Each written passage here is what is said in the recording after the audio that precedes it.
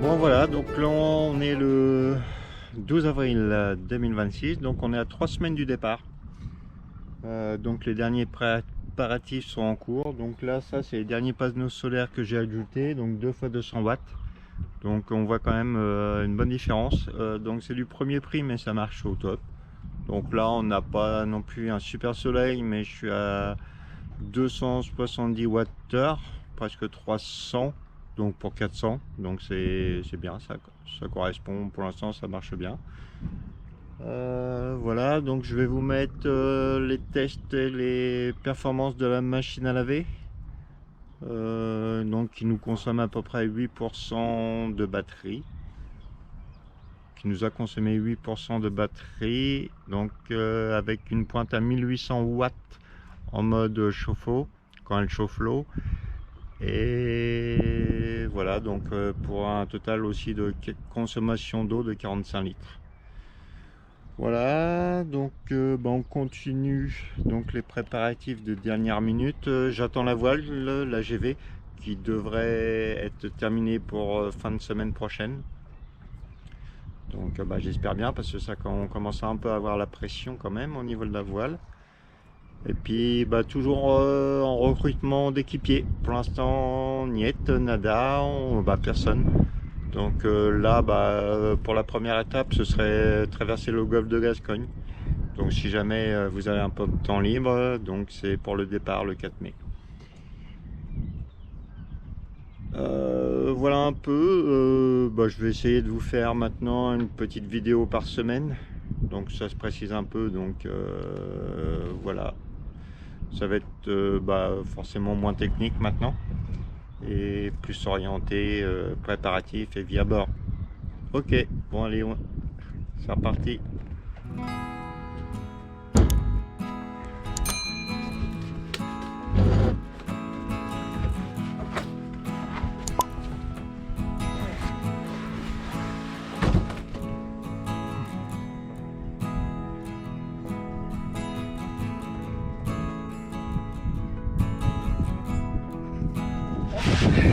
Voilà. Donc ça, c'est une machine à laver.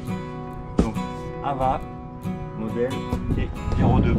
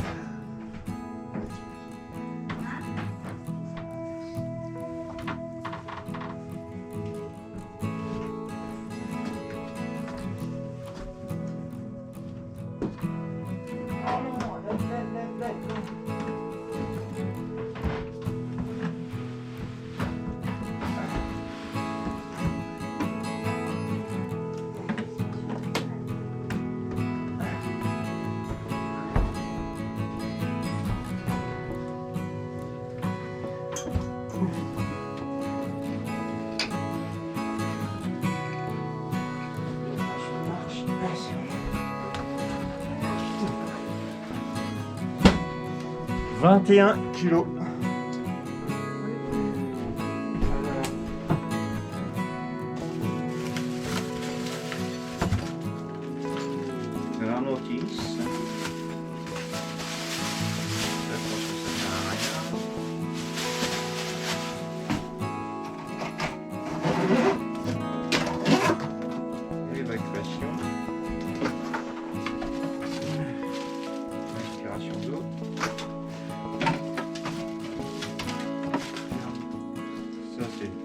couvercle. Et voilà, je pense. Là, il y a des cales.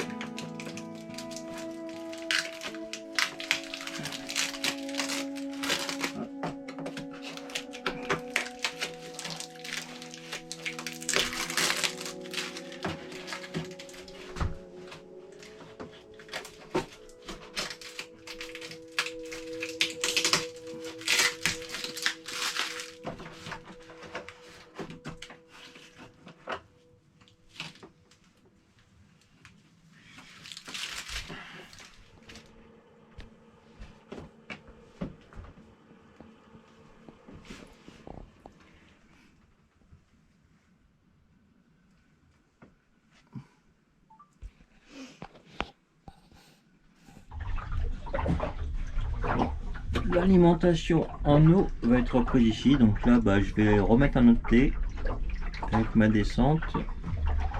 On est en 1,5 pouce, en 15-21, donc ça c'est plutôt top.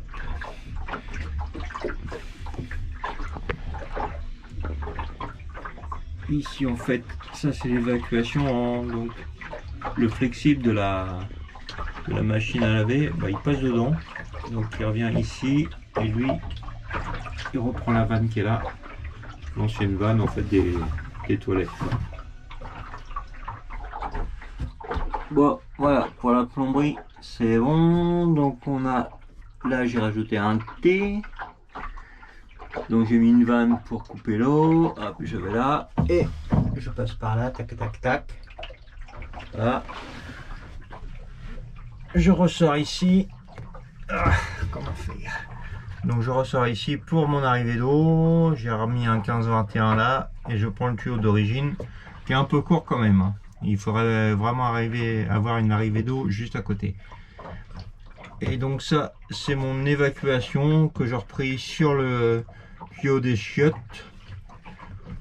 Donc là c'est siliconé pour faire un bouchon quoi en fait. Et sachant que lui il va à l'intérieur. Et mon siphon il est là, donc normalement il n'y a pas de souci. C'est l'ancien siphon des toilettes avec la vanne des toilettes qui est donc ici. Voilà, donc on va pouvoir faire le test de la machine maintenant.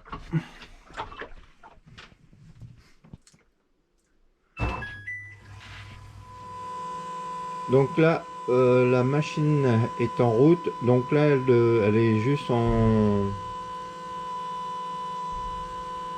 elle se remplit d'eau en fait, donc là on est à 10 ampères. Là il y a 20 ampères d'affiché, mais on est à 10 parce que déjà juste les petites bricoles qui fonctionnaient, j'étais à 10. Donc là il y a la résistance voilà, qui vient de se mettre en route, je pense. Donc là on chauffe l'eau, on est passé à 150 ampères. Donc 150 ampères c'est quand même 140 ampères. Donc en mode eau chaude 140 ampères. C'est quand même pas mal. Hein.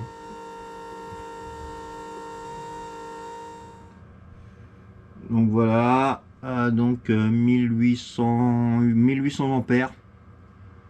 Donc là la batterie elle est à 100%, on verra bien donc à la fin des 69 minutes combien ça m'a pris de batterie quoi. L'eau elle est donc on est toujours sur 45 litres et ça on peut régler, diminuer un peu le volume d'eau, mais on reste sur 45 litres. Allez, à plus tard. Donc là il nous reste 36 minutes, donc au niveau de la consommation elle vient de chuter, car en fait là on n'a plus du tout d'eau chaude, la résistance, donc l'eau est chaude, donc elle s'est coupée. Donc au niveau ampérage là j'ai plus rien du tout, j'ai une dizaine d'ampères quoi.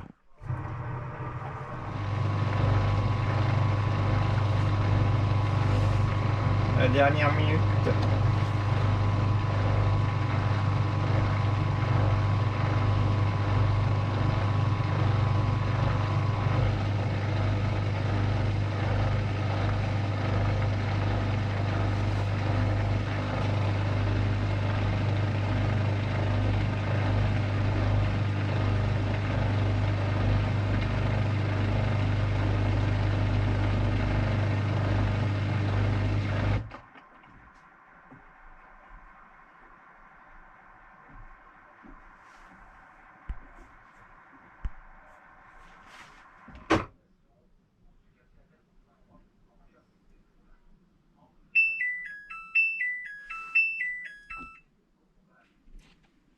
Pas joli tout ça? Donc voilà, on a terminé donc les 69 minutes de lessive et donc on a bouffé 8% donc de la batterie. Voilà, ce qui est pas, enfin pour moi qui est pas énorme, hein. Donc voilà, sachant qu'on avait la machine à laver qui tournait, mais on avait aussi le frigo qui était en route, plus Starlink et donc Starlink la télé. Voilà, donc maintenant on recharge avec le panneau solaire.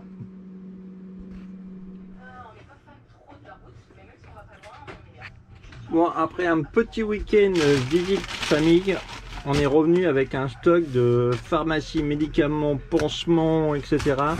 De quoi ouvrir un bloc opératoire. Donc là, on part vraiment serein.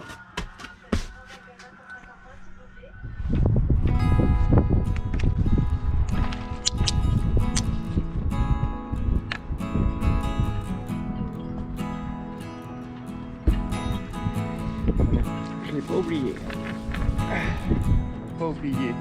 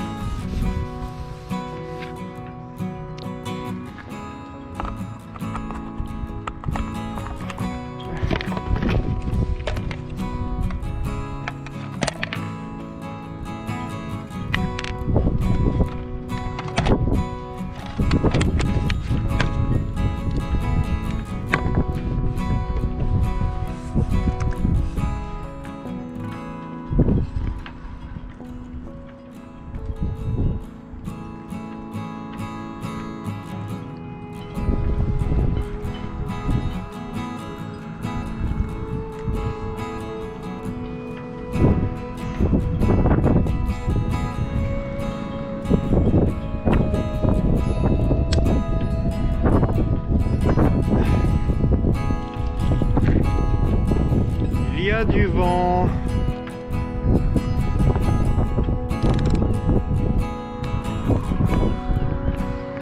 Bon, on était sur deux panneaux de 150 watts, donc en rigide à l'arrière. Et là, vu qu'on a rajouté le dessal qui est à 65 ampères-heure, je rajoute deux panneaux de 200 watts, donc je rajoute 400 watts, je double la production. Disons pour être un peu plus autonome, je pense, et moins faire marcher le générateur ou le moteur.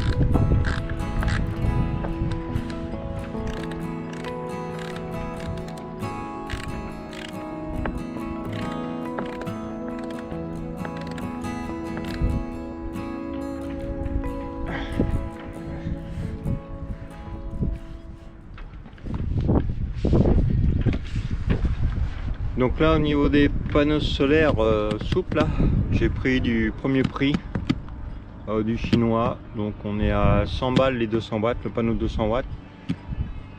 Sachant que nous, professionnellement, on utilise du haut de gamme.